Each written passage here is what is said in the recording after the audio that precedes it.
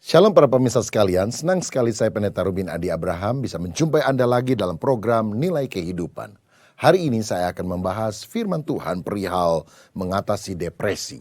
Saya mau bacakan Mazmur pasal 42 ayat 3-6. Demikian bunyinya. Jiwaku haus kepada Allah yang hidup. Bilakah aku boleh datang melihat Allah? Air mataku menjadi makananku siang dan malam, karena sepanjang hari orang berkata kepadaku, di mana Allahmu? Inilah yang hendak ku ingat sementara jiwaku gundah gulana. Bagaimana aku berjalan maju dalam kepadatan manusia mendahului mereka melangkah ke rumah Allah dengan suara sorak-sorai dan nyanyian syukur dalam keramaian orang-orang yang mengadakan perayaan. Mengapa engkau tertekan hai jiwaku dan gelisah di dalam diriku? Berharaplah kepada Allah sebab aku akan bersyukur lagi kepadanya, penolongku dan Allahku. Perkataan ini muncul dari mulut pemazmur yang selama ini seringkali menggubah kalimat-kalimat dan lagu-lagu yang penuh pujian, penghargaan, pengagungan, dan rasa syukur kepada Tuhan. Tetapi mengapa pada ayat ini dia berkata, air mataku menjadi makananku siang dan malam? Rupanya dia mengalami kesedihan yang sangat mendalam atau depresi di dalam jiwanya. Saudara, orang Kristen pun bisa saja mengalami depresi. Saat dimana kita merasa Allah tampak sangat jauh dan tidak peduli kepada kita. Lalu kita terbenam di dalam rasa kasihan pada diri kita sendiri. Tetapi saya percaya ada solusi untuk kita bisa mengatasi depresi. Yaitu ketika kita memandang Allah dan karyanya yang begitu baik dalam hidup kita. Namun sebelumnya kita akan melihat dulu apa yang dimaksudkan dengan depresi, apa ciri-cirinya, dan kemudian bagaimana cara kita mengatasinya. Pemirsa sekalian, secara sederhana depresi bisa diartikan sebagai suatu perasaan sedih yang sangat mendalam. Meliputi kekesalan, kekecewaan, kepahitan hati, patah semangat, pasif, dan kehilangan semangat untuk melanjutkan kehidupan ini. Itulah kondisi orang yang sedang mengalami depresi. Adapun gejalanya sangat banyak dan bervariasi, antara lain orang yang depresi itu rasanya cepat capek, tapi tidak bisa tidur. Karena setiap kali mau tidur, pikirannya masih jalan dan hatinya selalu gelisah. Dia biasanya sulit sangat untuk berkonsentrasi dan banyak kali melamun, dan lamunannya itu pada umumnya negatif. Tidak ada perhatian untuk hal-hal yang biasanya menyenangkan hidupnya. Misalnya kalau dia biasanya senang kerja, sekarang malas kerja. Senang melakukan olahraga, sekarang jadi malas berolahraga. Bahkan bagi suami istri yang sudah menikah, kalau orang depresi, mereka malas melakukan hubungan suami istri. Karena orang yang depresi tidak lagi menyukai apa yang selama ini menarik perhatiannya.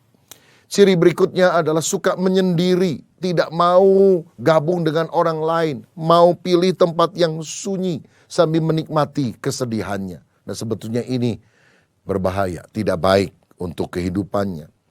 Biasanya orang depresi juga tentu sulit mengambil keputusan. Sehingga kalau dia adalah seorang bapak, adalah seorang yang bekerja di kantor, maka ini pasti akan mengganggu sekali irama kerjanya. Orang yang depresi juga biasanya punya pikiran yang sangat negatif tentang diri sendiri dan tentang orang lain. Kalau lihat orang lain bisik-bisik, dia curiga. Padahal apakah kita ini pusat alam semesta? Sehingga setiap kali orang bisik-bisik pasti ngomongin kita? Kan tidak juga. Saya pernah dengar satu kali ada seorang yang diajak temannya nonton pertandingan basket. Dan ketika sedang seru-serunya, angka berkejar-kejaran, temannya bilang, ayo kita pulang. Loh, kenapa pulang? Ini lagi rame-ramenya. Saya tersinggung. Loh, tersinggung sama siapa? Temannya tanya, kita dari tadi kan menikmati permainan. Oh ya, saya tersinggung kepada para pemain, apalagi kepada para pelatih. Karena tiap beberapa menit sekali mereka minta waktu time out. Dan mereka kumpul di pinggir lapangan. Lalu tuh bisik-bisik, pasti jelek-jelekin saya. Nah ini kan gejala sakit jiwa namanya saudara. Apakah para pemain pelatih itu mengenal dia? Tentu tidak. Tetapi itulah sikap dari orang yang depresi. Kalau depresinya tambah akut, maka dia punya perasaan negatif terhadap semua orang. Dan orang yang depresi itu juga akan kena efeknya itu secara jasmani. Merasa sakit, sakit mah, sakit punggung, sakit kepala, lalu jantung rasanya berdebar-debar. Begitu dicek kadang dokter bilang laboratorium menunjukkan hasilnya biasa, tidak ada masalah. Tapi itu pertanda bahwa ada depresi. Saudara, dan orang yang depresi, gejala berikutnya adalah sering membuat hal-hal yang menuruti kata hati yang keliru. Seperti ada dorongan untuk bunuh diri kadang-kadang. Dan jika dia sendirian tidak ada yang jaga, ini yang bisa membahayakan. Orang yang depresi yang jelas punya kesedihan yang sangat hebat, terasa putus asa mendalam. Sedih itu wajar, tapi kalau berlarut-larut seperti orang tidak punya pengharapan dan akhirnya putus asa, pasif, tidak lagi mau melakukan apapun, tidak mau melakukan aktivitas, tentu hal ini adalah hal yang tidak baik. Nah, sekarang kita akan lihat apa penyebab depresi dan apa jalan keluar untuk setiap kasus yang ada. Saudara, biasanya depresi tidak disebabkan oleh adanya satu masalah, tetapi oleh tumpukan beragam masalah yang menyebabkan orang menjadi sangat tertekan. Antara lain, penyebab depresi, keletihan fisik. Saudara, orang kalau mengalami keletihan secara fisik sangat capek, maka dia bisa stres dan kemudian depresi. Karena manusia itu kan ada batas kekuatannya. Orang yang kerja terus workaholic tanpa ada waktu untuk dia break sejenak beristirahat, bisa saja mengalami depresi. Solusinya adalah kita perlu beristirahat, perlu tidur cukup, berolahraga supaya badan kita lebih bugar. Jangan terus diforsir. Saya baca di dalam Matius 6 ayat 30-32 tentang Yesus yang sangat sibuk dalam pelayanan. Apa yang kemudian dia lakukan sebagai solusi? Dikatakan demikian. Kemudian rasul-rasul itu kembali berkumpul dengan Yesus dan memberitakan kepadanya semua yang mereka kerjakan dan ajarkan.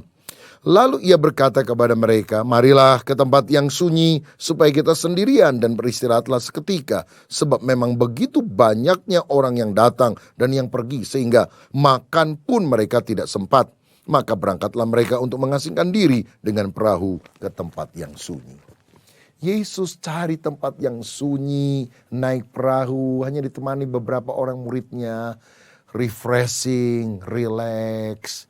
Itu memberikan stamina tambahan di dalam hidup kita, sehingga kita dengan semangat baru bisa move on, terus melanjutkan perjuangan kehidupan ini.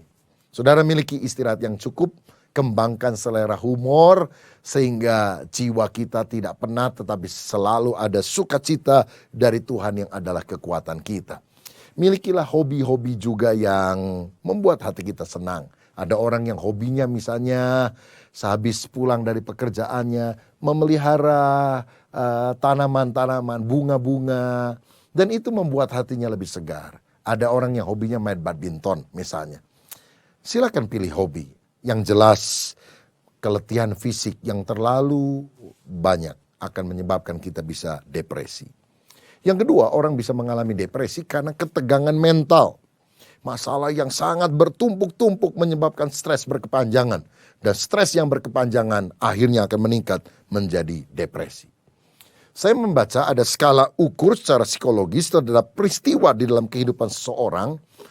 Jika poinnya itu di atas 300, maka itu bahaya karena bisa menimbulkan goncangan jiwa.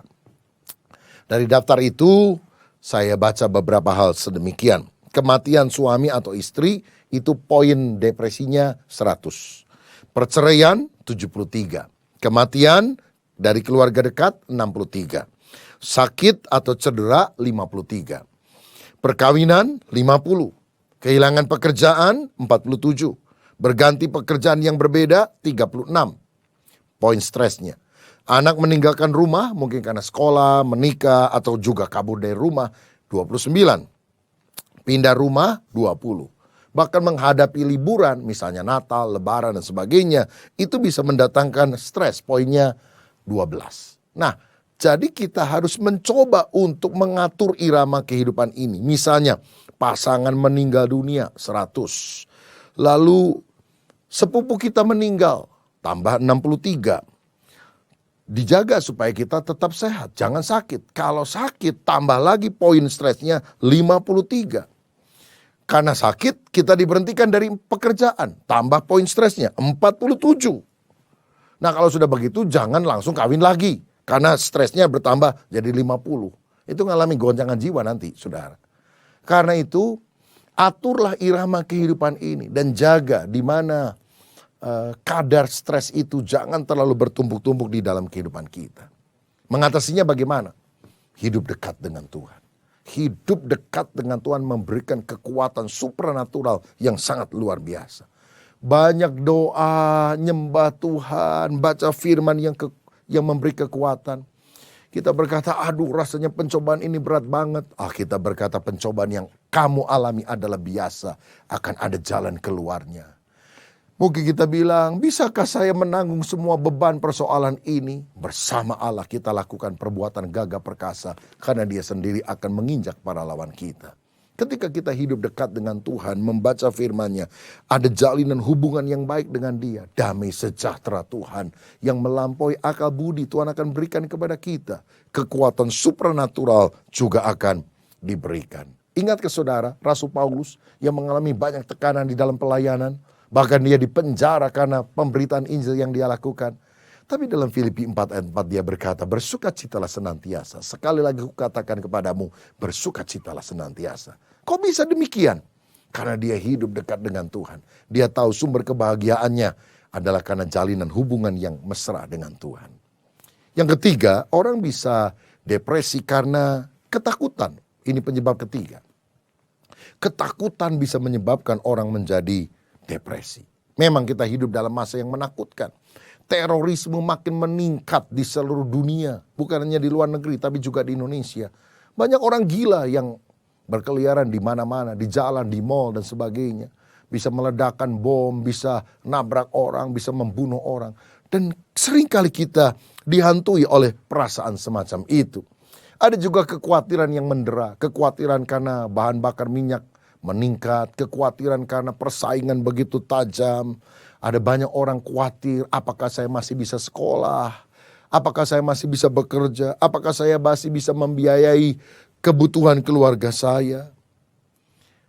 Apa penawarnya untuk kita bisa mengatasi depresi karena ketakutan, kegelisahan, kekhawatiran ini? Saya percaya penawarnya adalah hidup di dalam kasih. Saya mau bacakan 1 Yohanes 4 ayat 16-18 yang berkata demikian. 1 Yohanes 4 ayat yang ke-16 sampai ayat 18.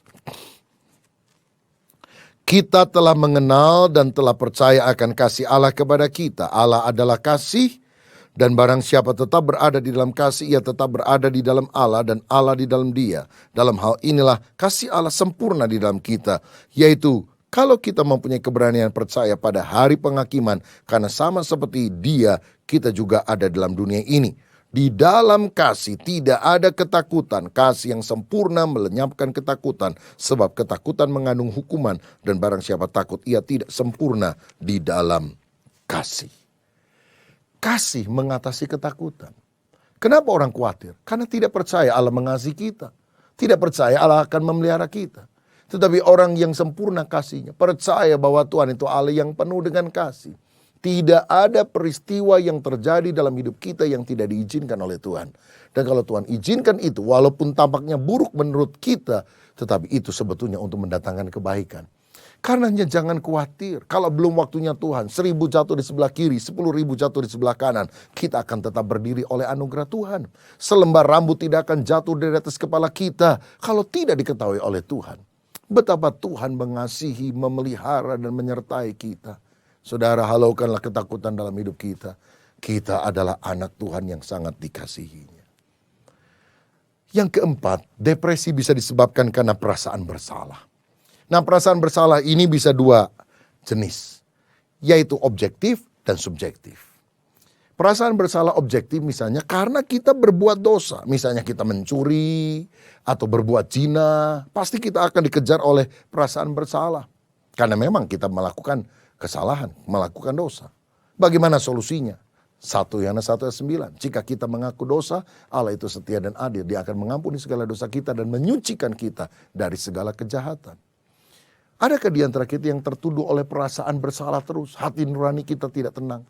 Datang minta ampun kepada Tuhan. Maka tuduhan di dalam hati akan menjadi reda. Dan pengampunan sejati Tuhan akan berikan kepada kita.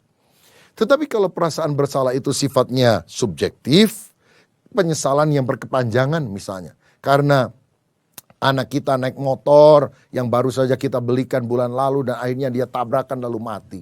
Dan kita menyesali diri, aduh kalau tahu gitu saya tidak akan kasih motor kepada anak saya. Biar saya antar dia setiap hari dengan mobil supaya dia tidak mengalami kecelakaan. Saudara, itu adalah penyesalan yang sifatnya subjektif. Karena memang ada motor, tidak ada motor, kalau memang sudah waktunya Tuhan, anak itu akan dipanggil pulang oleh Tuhan. Dan kita tidak boleh menyesali diri terus, karena itu sia-sia. Kita tidak bisa mengubah keadaan. Jadi apa yang kita harus lakukan? Solusi hal ini, kita harus menerima kenyataan. Kita harus mengampuni diri kita sendiri, sama seperti Tuhan juga telah mengampuni kita. Dan kita harus melanjutkan kehidupan, mengubah anak yang kita kasihi itu dari fakta dia ada menjadi sebuah kenangan manis di dalam pemikiran kita. Tidak mudah melakukannya, tetapi kita harus berusaha terus untuk melakukan itu. Sebab perasaan bersalah ini adalah perasaan bersalah yang subjektif. Saudara sekalian, Tuhan mau melepaskan kita dari perasaan bersalah. Karena Dia mengampuni kita sehingga kita dibebaskan oleh Dia. Penyebab kelima adalah kepahitan hati. Hati yang pahit, hati yang penuh dengan dendam, kemarahan, kejengkelan. Itu menggerogoti kekuatan, vitalitas dalam hidup kita. Dan kita bisa stres berkepanjangan, bahkan depresi. Kadang-kadang orang bisa pahit hati untuk sesuatu yang sebetulnya biasa, tapi ditanggapi secara negatif. Saya ambil contoh begini. Satu kali ada sepasang suami istri yang melayani Tuhan, saling mengasihi satu dengan yang lain. Tapi kemudian istrinya meninggal dunia, dan itu menjadi pukulan berat bagi dia. Dan suaminya ini tetap melanjutkan kehidupan. Dia adalah seorang pelayan Tuhan, melayani anak-anak sekolah minggu. Tapi sejak istrinya meninggal, dia jadi sering marah-marah kepada anak-anak. Anak-anak menjadi ketakutan, pelayanannya begitu menurun. Orang-orang tidak terberkati dengan hidupnya. Tapi dia tidak menyadari hal itu. Akhirnya karena tidak ada orang berani menasihati dia, Pak Pendeta berkata, Pak, mungkin engkau sedang tertekan, sudah tenangkan diri dulu. Sabar, nanti kalau sudah fit lagi, Bapak boleh melayani lagi. Sekarang ambillah waktu, udah nikmati saja, biar yang muda-muda saja yang melayani. Wah, dia marah, saudara. Dia bilang, pendeta sudah tidak pakai saya, tidak kasih kesempatan saya untuk melayani. Ini gara-gara istri saya meninggal, macam-macam hal. Sehingga dia pahit hati, mundur dari gereja. Berkali-kali dibesuk, didatangi, dia tidak mau.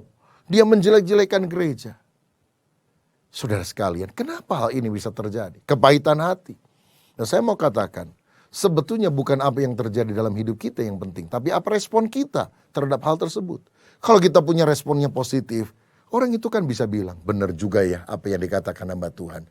Mungkin saya banyak tertekan, belum pulih, sehingga saya suka marah-marah kepada anak-anak. Biarlah saya ambil waktu 3 bulan untuk banyak mendengar firman Tuhan, banyak berdoa. Biarkan orang-orang lain yang melayani, supaya anak-anak juga mendapatkan pelayanan yang lebih baik. Karena kondisi hati saya hari ini belum siap. Kan beres toh sebetulnya. Saudara sekalian, karena itu apa solusinya? Buang sakit hati, buang kejengkelan, buang kemarahan. Dalam Ibrani 12 ayat yang ke-15, Tuhan mengajar kita supaya menjaga hati, supaya jangan ada akar yang pahit yang akan menimbulkan kerusuhan. Sebaliknya Efesus 4 ayat yang ke-31, firman Tuhan berkata demikian, Efesus 4 ayat 31, segala kepahitan, kegeraman, kemarahan, pertikaian, dan fitnah hendaklah dibuang dari antara kamu. Demikian pula segala kejahatan. 32, tetapi hendaklah kamu ramah seorang terhadap yang lain, penuh kasih mesra dan saling mengampuni, sebagaimana Allah di dalam Kristus telah mengampuni kamu. Jangan berpikir negatif, belajar mengucap syukur di dalam segala hal. Haleluya. Langkah berikutnya, bagaimana cara kita mencegah depresi? Yang pertama, jangan menyimpan dosa. Karena dosa itu mendatangkan kegelisahan di dalam hati. Tangan Tuhan akan menekan kita dengan berat, membawa duka cita. Tetapi ketika kita mengaku dosa kita kepada Tuhan, maka damai sejahtera itu akan mengalir. Yang kedua, kita juga harus memandang Tuhan pada masa duka cita. Ingatlah, tak berkesudahan kasih setia Tuhan. Tak habis-habisnya rahmatnya. Selalu baru tiap pagi. Besar kesetiaan Tuhan dalam hidup kita. Jangan hitung masalahmu. Hitunglah berkat Tuhan satu persatu. Yang ketiga, milikilah keseimbangan dalam kehidupan ini. Antara bekerja dan beristirahat. Saudara, antara bekerja untuk perkara-perkara jasmania dan melayani Tuhan secara rohani. Rajin ibadah, baca Alkitab, hidup dalam doa, pujian, penyembahan. Itu sungguh-sungguh akan membuat stamina rohani kita lebih fit. Yang keempat, selesaikan masalah dengan segera. Jangan dibiarkan berlarut-larut, jangan ditunda-tunda sampai menumpuk. Itu akan membuat engkau stres, bahkan depresi. Yang kelima, belajar melayani orang lain. Pergi ke rumah sakit, lihat orang-orang yang sakit dan saudara akan merasa lebih beruntung daripada mereka. Dan hati yang mengasihi itu akan mengalir dalam kehidupan kita. Dan jangan lupa, hiduplah selalu dalam pengampunan dan kasih Tuhan. Jangan di dalam kepahitan dan kebencian. Dan bagian terakhir, bagaimana caranya kita menolong orang yang depresi? Kalau teman kita depresi, apa yang kita harus lakukan? Jadilah teman. Teman yang baik untuk orang-orang yang depresi.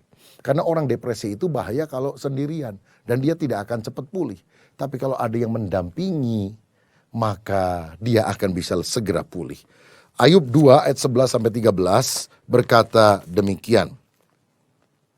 Ketika ketiga sahabat Ayub mendengar kabar tentang segala malapetaka yang menimpa dia, maka datanglah mereka dari tempatnya masing-masing, yakni Elifas orang Teman dan Bildad orang Suah serta Zofar orang Naamah. Mereka bersepakat untuk mengucapkan bela sungkawa kepadanya dan menghibur dia.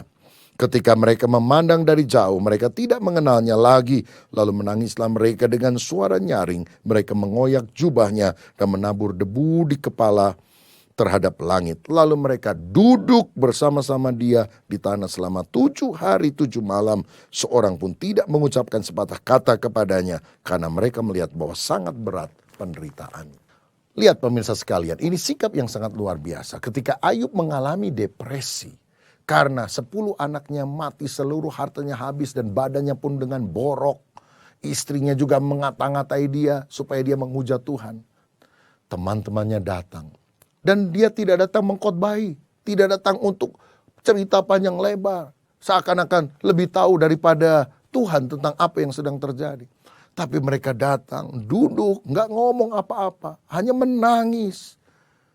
Ikut bersimpati, bahkan berempati, menempatkan diri pada posisi Ayub. Saudara, kalau teman kita depresi, jangan menghakimi, tapi peduli kepada dia. Duduk bersama dengan dia, tunjukkan perhatian, tunjukkan dorongan. Saya percaya itu yang jauh lebih dibutuhkan. Ini doa saya, supaya kita sungguh-sungguh menjadi orang yang mengenali tanda-tanda depresi dalam hidup kita. Bisa mengatasi sesuai dengan firman Tuhan. Dan kita juga bisa hidup sehat, mencegah depresi itu dalam hidup kita. Dan yang juga penting adalah ketika kita melihat orang lain yang sedang mengalami kondisi depresi, kita bisa menjadi sahabat dia yang baik. Dan menuntun dia akhirnya keluar dari depresi sehingga memperoleh hidup yang berkemenangan. Tuhan Yesus memberkati saudara.